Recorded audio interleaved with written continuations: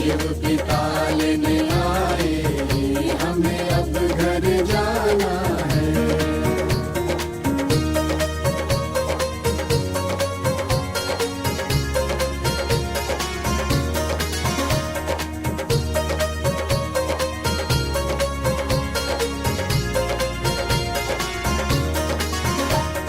सुख शांति की उड़ा रहे वो पावन हमें चुनरिया, माया मोह से दूर वो बनाए स्वर्ग नगरिया। राधे कृष्ण के संग वहाँ, राधे कृष्ण के संग वहाँ, राधे कृष्ण के संग वहाँ मेरा सिर रचाना है। शिव पिता प्रभु पिता लेने आए, हमें अब घर जाना है। शिव पिता लेने आए, हमें अब घर जाना है। शिव पिता लेने आए, हमें अब घर जाना है। शिव पिता लेने आए, हमें अब घर जाना है। ओम शांति। परमात्म सेवा एक बहुत बड़ा भाग्य है, जिसकी महिमा भक्ति मार्ग में भी है तो ज्ञान मार्ग में भी है। भक्ति में न चाहते भी न जानते भी भक्त अपने इष्ट देव को प्रसन्न करने के लिए अनेक प्रकार की सेवा करते हैं, और उनका फल भी ईश्वर उन्हें ज़रूर देते हैं। लेकिन ज्ञान मार्ग में जब डायरेक्ट हम भगवान को जान जाते हैं, उसे दिल से अपना मान लेते हैं, उस समय जब हम ईश्वरीय सेवा में अपना तन मन धन लगाते हैं, अपना संकल्प लगाते हैं, अपनी श्वासें लगाते हैं, अपने जीवन का हर एक सूक्ष्म और स्थूल शक्तियों को सफल करते हैं, तो उसका भाग्य एक जन्म का नहीं अपितु जन्म जन्मांतर का बन जाता है। परंतु ईश्वरीय सेवा करने की भी यथार्थ विधि आनी ज़रूरी है, क्योंकि विधि से ही सिद्धियां प्राप्त होती हैं। वो ईश्वरीय विधियां क्या है, आज की मुरली हमें बहुत ही स्पष्टता से बताती है। सुनते हैं बाबा के मधुर महावाक्य। आज है 23 तारीख, 23 जनवरी 2025। बाबा के महावाक्य हैं, मीठे बच्चे, मुख्य 2 बातें सबको समझानी है। एक तो बाप को याद करो, दूसरा 84 के चक्र को जानो, फिर सब प्रश्न समाप्त हो जाएंगे। सब प्रश्न केवल 2 बातें जानने से समाप्त हो जाएंगे। पिता को जानना, 84 के चक्र को जानना। प्रश्न है, बाप की महिमा में कौन से शब्द आते हैं जो श्री कृष्ण की महिमा में नहीं?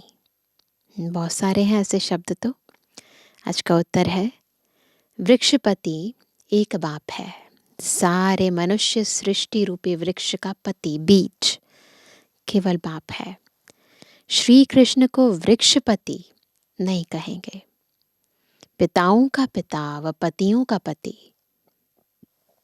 एक निराकार को कहा जाता, श्री कृष्ण को नहीं। दोनों की महिमा अलग अलग स्पष्ट करो। दूसरा प्रश्न है, तुम बच्चे गांव गांव में कौन सा ढिंडोरा पिटवा दो? कौन सा ढिंडोरा पिटवाएंगे? उत्तर है, गांव गांव में ढिंढोरा पिटवा दो कि मनुष्य से देवता, नरकवासी से स्वर्गवासी कैसे बन सकते हो, आकर समझो। स्थापना विनाश कैसे होता है, आकर समझो। आज का गीत है, तुम्ही हो माता पिता तुम्ही हो बंधु सखा तुम्ही हो।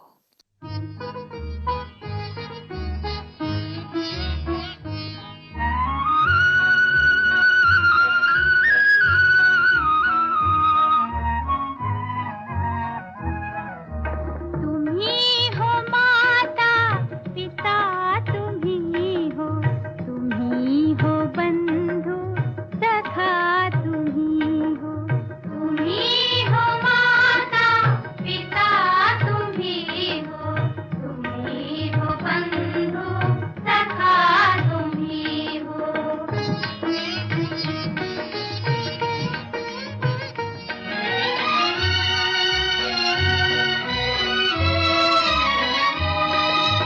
तुम्ही हो साथी तुम्ही सहारे कोई न अपना सिवा तुम्हारे।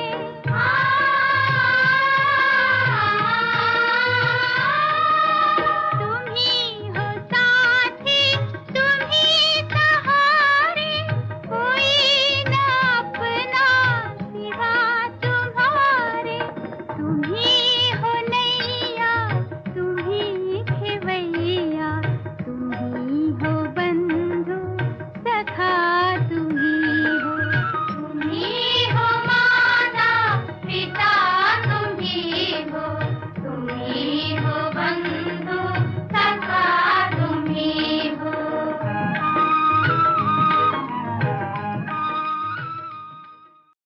ओम शांति। इस गीत के पिछाड़ी की जो लाइन आती है, तुम ही नैया तुम ही खिवैया, यह रॉन्ग है। जिसे आपे ही पूज्य आपे ही पुजारी कहते हैं, यह भी वैसे हो जाता है ना। वही नैया वही खिवैया नहीं है, बाबा खिवैया है, नैया नहीं है। नैया तो हमारी है, जिसे पार करवाना है बाबा ने। तो ज्ञान की चमक वाले जो होंगे वह झट गीत को बंद कर देंगे, क्योंकि बाप की इंसल्ट हो जाती है कि बाबा पूज्य ही पूज्य है, कभी पुजारी नहीं बनते। इसलिए बाबा कहते हैं जिनको ज्ञान समझ में आएगा वो इस गीत को तुरंत बंद कर देंगे। अभी तुम बच्चों को तो नॉलेज मिली है, दूसरे मनुष्यों को यह नॉलेज होती नहीं है, तुमको भी अभी ही मिलती है, फिर कभी होती ही नहीं, है ना। हर युग में चक्र लगाओ, कभी हमें ये ज्ञान नहीं मिला।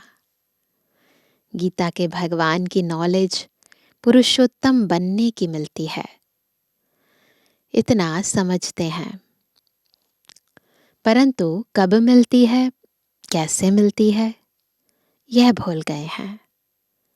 गीता है ही धर्म स्थापना का शास्त्र, और कोई शास्त्र धर्म स्थापन अर्थ नहीं होते हैं। शास्त्र अक्षर भी भारत में ही काम आता है। सर्वशास्त्रमयी शिरोमणि है ही गीता। बाकी वह सब धर्म तो है ही पीछे आने वाले, उनको शिरोमणि नहीं कहेंगे। बच्चे जानते हैं वृक्षपति एक ही बाप है, वह हमारा बाप है, पति भी है, तो सबका पिता भी है, क्योंकि आत्मा का सर्व संबंधी एक बाबा है। उनको पतियों का पति पिताओं का पिता कहा जाता है। यह महिमा एक निराकार की गाई जाती है। श्री कृष्ण की और निराकार बाप की महिमा की भेंट की जाती है, कंपैरिजन की जाती है। श्री कृष्ण तो है ही नई दुनिया का प्रिंस, वह फिर पुरानी दुनिया में संगम युग पर राजयोग कैसे सिखलाएंगे, है ना। इतनी पवित्र आत्मा वो कैसे संगम युग पर आकर राजयोग सिखाएगी। अब बच्चे समझते हैं हमको भगवान पढ़ा रहे हैं। तुम पढ़कर यह यानी देवी देवता बनते हो, पीछे फिर यह ज्ञान चलता नहीं, प्राय लोप हो जाता है। संगम युग के बाद ये ज्ञान प्राय लोप हो जाता है। बाकी आटे में लून यानी चित्र जाकर बचते हैं। वास्तव में कोई का चित्र यथार्थ तो है नहीं। पहले पहले बाप का परिचय मिल जाएगा तो तुम कहेंगे यह तो भगवान समझाते हैं। वह तो स्वतः ही बताएंगे। तुम प्रश्न क्या पूछेंगे? पहले बाप को तो जानो। सबसे इम्पोर्टेंट बात है, पहले ज्ञान देने वाले को पहचानो। जब बाबा को जानेंगे तो ज्ञान स्वतः ही अपने आप समझ में आ जाएगा। कई बातें खुद ब खुद स्पष्ट हो जाएंगी। तो इसलिए पहले क्रिएटर को समझो, फिर क्रिएशंस अपने आप समझ में आ जाएंगी। बाप आत्माओं को कहते हैं मुझे याद करो। बस 2 बातें याद कर लो। बाप कहते हैं मुझे याद करो और 84 के चक्र को याद करो।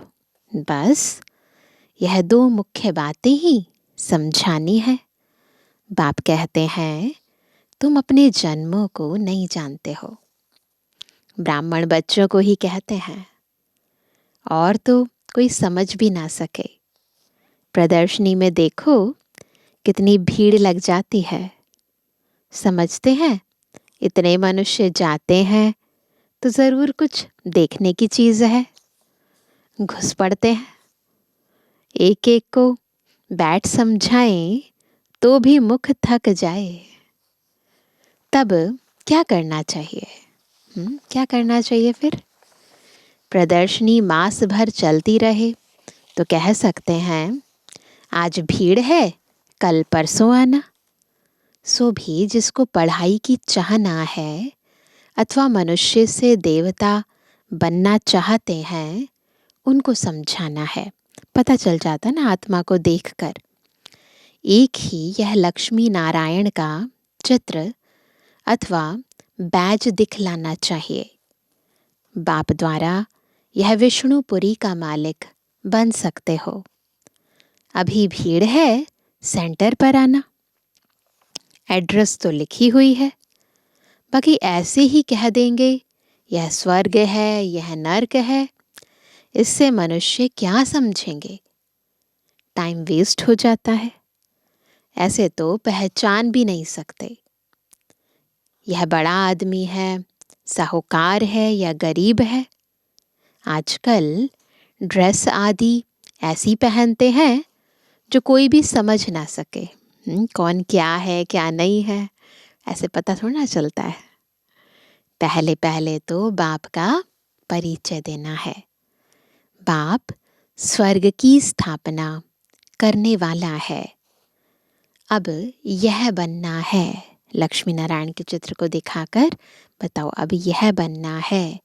एम ऑब्जेक्ट खड़ी है।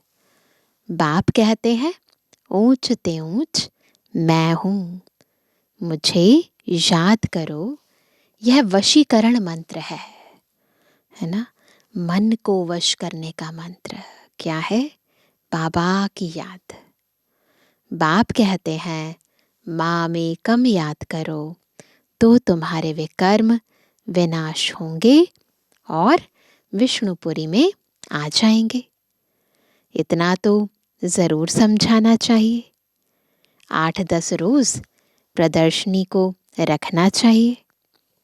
तुम गांव-गांव में ढिंढोरा पिटवा दो कि मनुष्य से देवता, नरकवासी से स्वर्गवासी कैसे बन सकते हो। आकर समझो।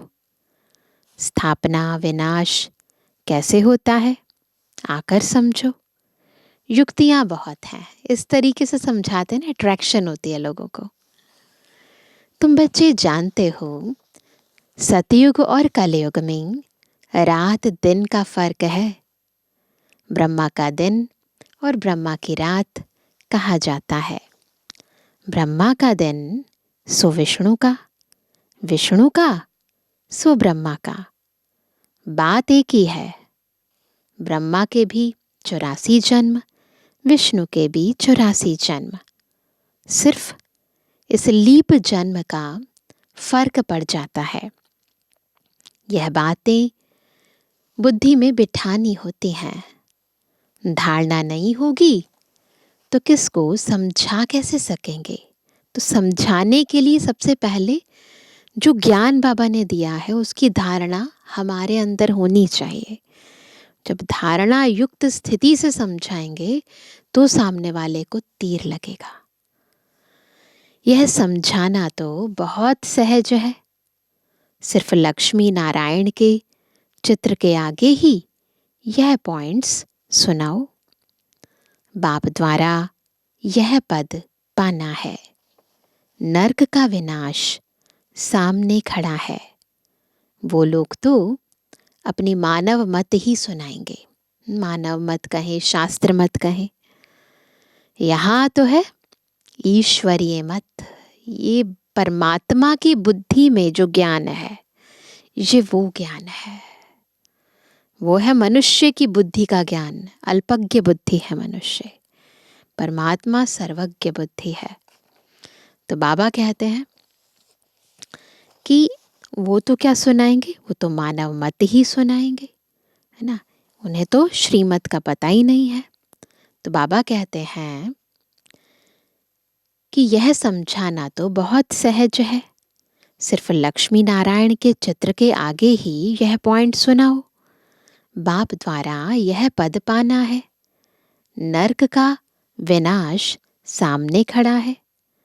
वो लोग तो अपनी मानव मत ही सुनाएंगे। यहाँ तो है ईश्वरीय मत, जो हम आत्माओं को ईश्वर से मिली है। निराकार आत्माओं को निराकार परमात्मा की मत मिलती है। बाकी सब है मानव मत। श्रीमत के अलावा और कोई भी मत है वो मानव मत है। रात दिन का फर्क है मानव मत और ईश्वरीय मत में। सन्यासी, उदासी आदि कोई भी तो दे ना सके। ईश्वरीय मत एक ही बार मिलती है, जब ईश्वर आते हैं तो उनकी मत से हम यह बनते हैं। वह आते हैं ही, कब आते हैं? वह आते ही हैं देवी देवता धर्म की स्थापना करने।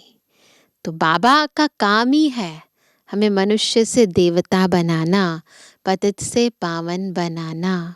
बस हम बाबा को पहचान जाएं और बाबा की मत अनुसार अपने जीवन को परिवर्तन करें।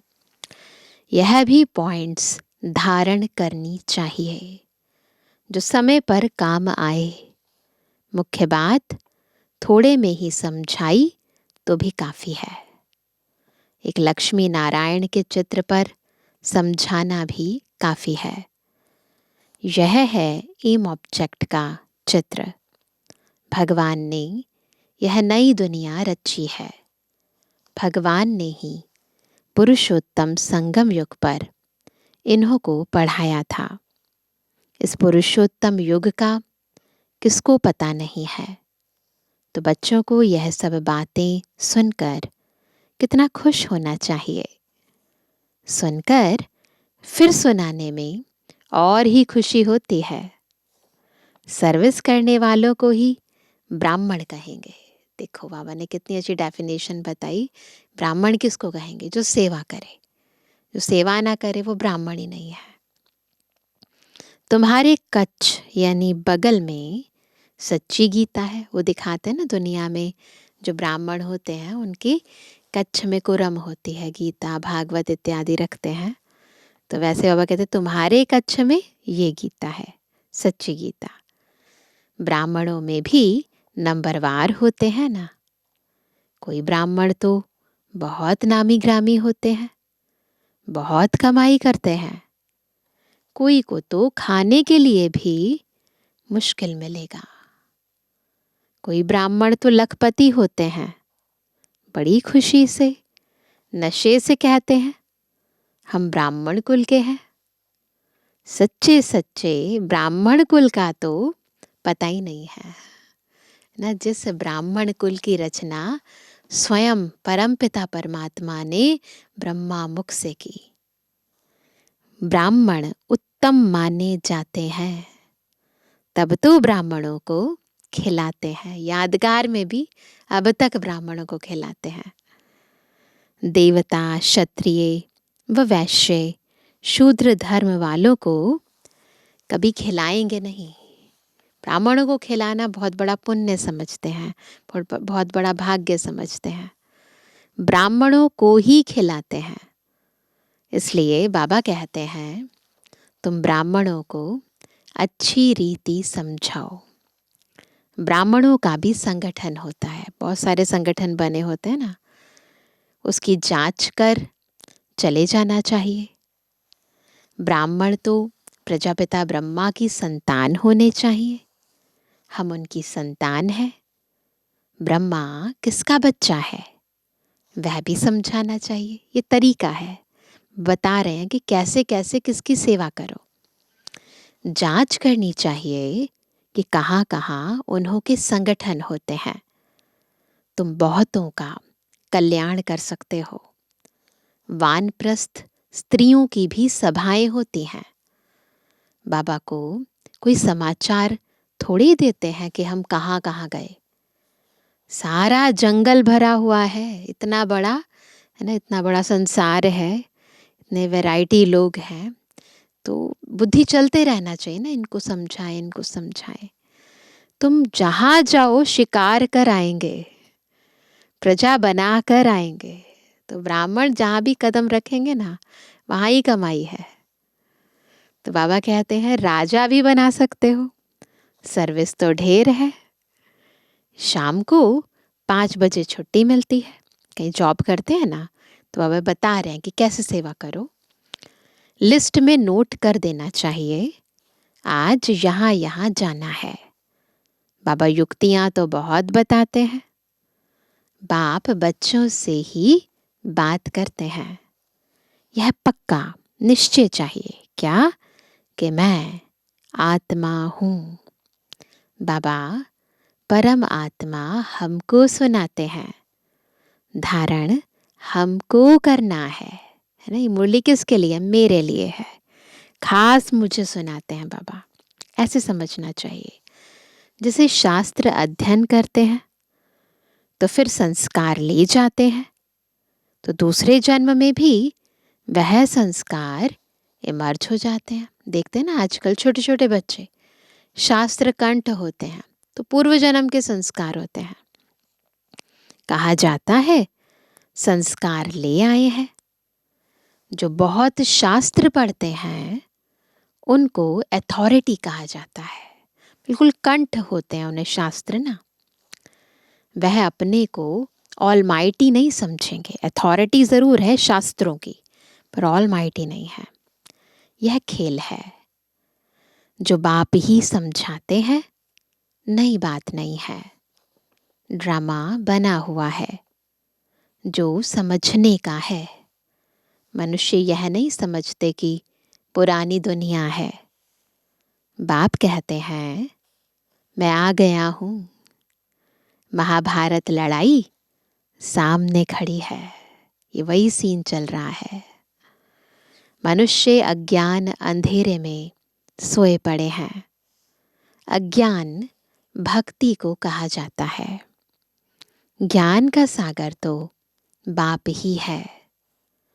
जो बहुत भक्ति करते हैं वह भक्ति के सागर हैं। भक्त माला भी है ना, भक्त माला के भी नाम इकट्ठे करने चाहिए। कौन कौन से भक्त शिरोमणि होकर गए हैं। भक्त माला द्वापर से कलयुग तक ही होगी, क्योंकि भक्ति तो शुरू ही द्वापर से होती है ना। तो भक्त माला जो है वो द्वापर से कलयुग तक ही होगी। बच्चों को बहुत खुशी रहनी चाहिए। बहुत खुशी उनको होगी, किनको होगी? जो सारा दिन सर्विस करते रहेंगे, है ना। बाबा ने समझाया है माला तो बहुत लंबी होती है, हजारों की संख्या में।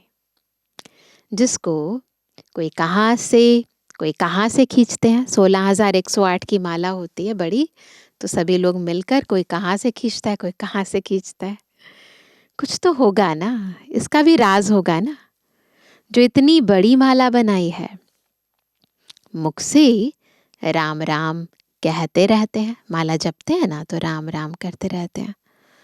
यह भी पूछना पड़े किसको राम राम कह याद करते हो, पूछना चाहिए कौन सा राम। तुम कहाँ भी सत्संग आदि में जाकर मिक्स हो बैठ सकते हो।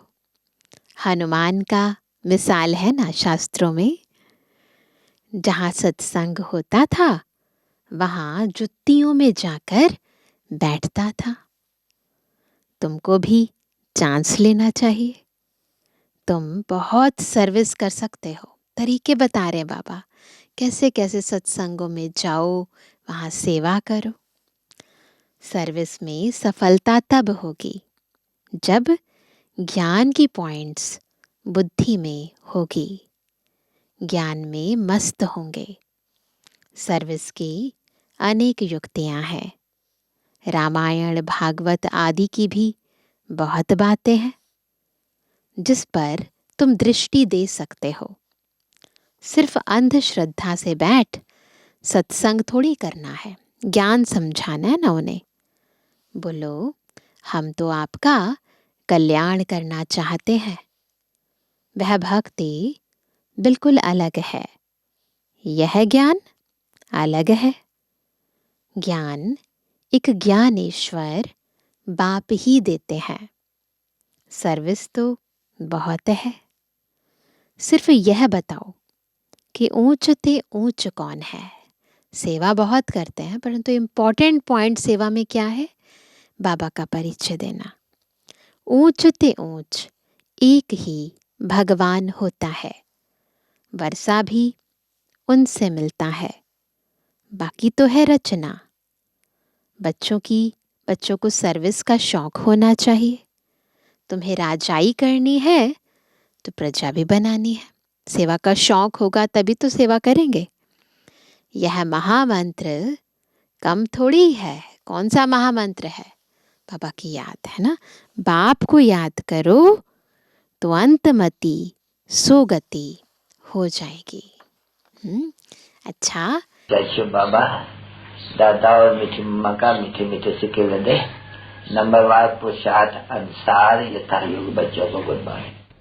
रूहानी बच्चों की रूहानी बाप दादा को गुड मॉर्निंग, नमस्ते नमस्ते नमस्ते। धारणा के लिए मुख्य सार। पहला, बाप ने जो वशीकरण मंत्र दिया है वह सबको याद दिलाना है। सर्विस की भिन्न भिन्न युक्तियां रचनी हैं। भीड़ में अपना समय बर्बाद नहीं करना है। दूसरा पॉइंट, ज्ञान की पॉइंट्स बुद्धि में रख ज्ञान में मस्त रहना है। हनुमान की तरह सत्संगों में जाकर बैठना है और फिर उनकी सेवा करनी है। खुशी में रहने के लिए सारा दिन सेवा करनी है। आज का वरदान है, मैं और मेरेपन को बलि चढ़ाने वाले। क्या बलि चढ़ाएंगे? मैं और मेरापन। तो मैं और मेरेपन को बलि चढ़ाने वाले संपूर्ण महाबली भव। हद के कोई भी व्यक्ति या वैभव से लगाव, हद के कोई भी व्यक्ति या वैभव से लगाव, यही मेरापन है।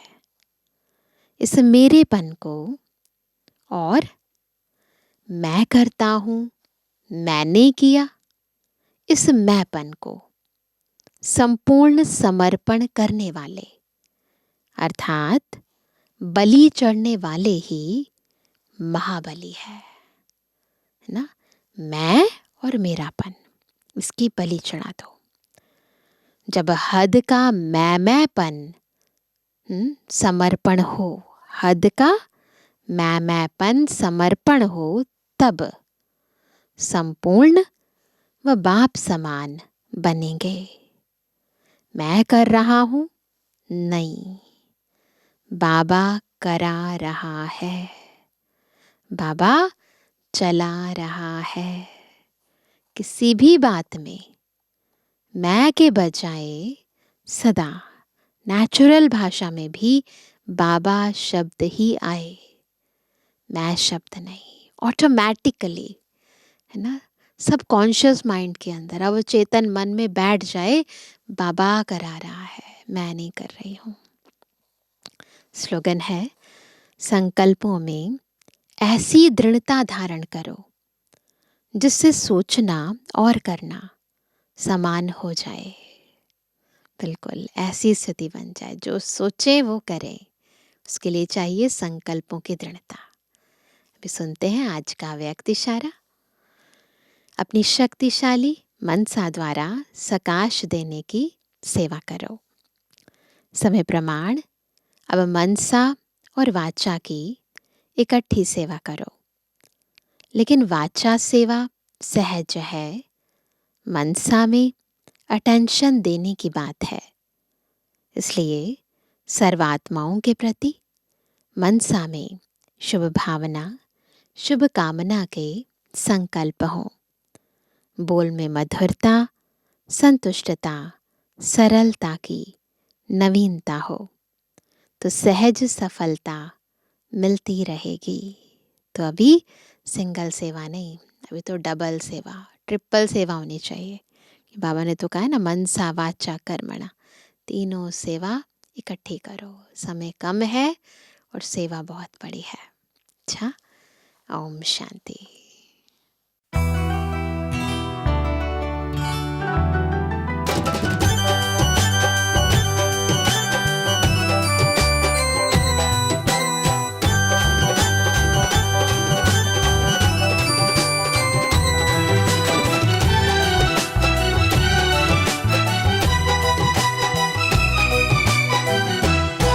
बलिहार जाए हम, बलिहार जाए हम, बलिहार जाए हम बाबा आपकी श्रीमत पर।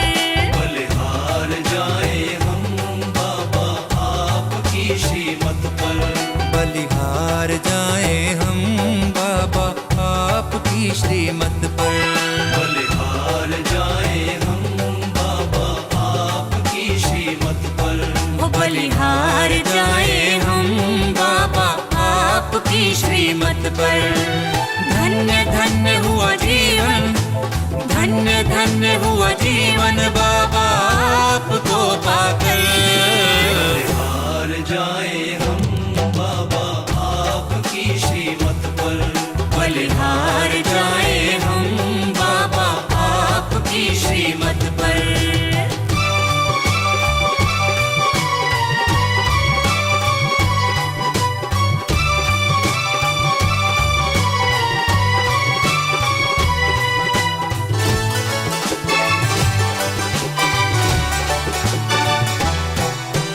आपने ही ज्ञान की ज्योति जलाई है। आपने ही ज्ञान की ज्योति जलाई है। इस अंधियारे मन में तुमने रोशनी छाई है। इस अंधियारे मन में तुमने रोशनी छाई है। ओ आपने ही ज्ञान की ज्योति जलाई है। इस अंधियारे मन में तुमने रोशनी छाई है। मन हर्षाए हर पल, मन हर्षाए हर पल तेरे प्यार को पाकर।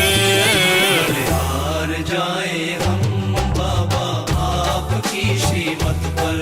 बलिहार जाए हम बाबा आपकी श्रीमत पर।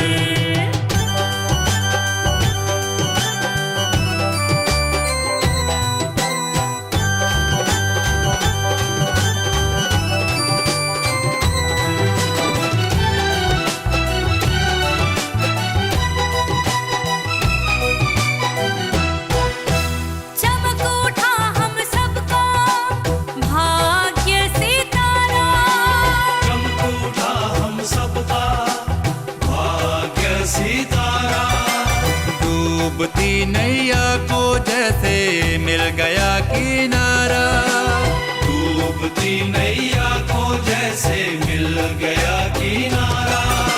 चमक उठा हम सबका भाग्य सितारा, डूबती नैया को जैसे मिल गया किनारा। सफल हो गया तन मन, सफल हो गया तन मन, तेरी आज्ञा पर चलकर। हार जाए हम बाबा आपकी श्रीमत पर, बलिहार जाए हम बाबा आपकी श्रीमत पर।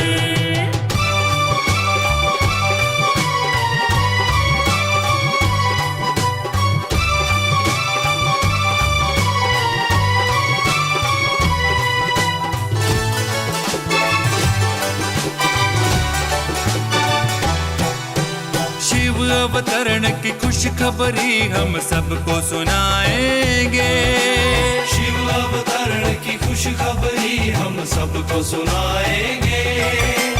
आबू तीरथ राज है हम सबको बताएंगे, आबू तीरथ राज है हम सबको बताएंगे। ओ शिव अवतरण की खुशखबरी हम सबको सुनाएंगे। आबू तीरथ राज है हम सबको बताएंगे। झूम झूम कर नाचेंगे, हाँ झूम झूम कर नाचेंगे तेरे मधुबन में आकर। हार जाए हम बाबा आपकी श्रीमत पर, बलिहार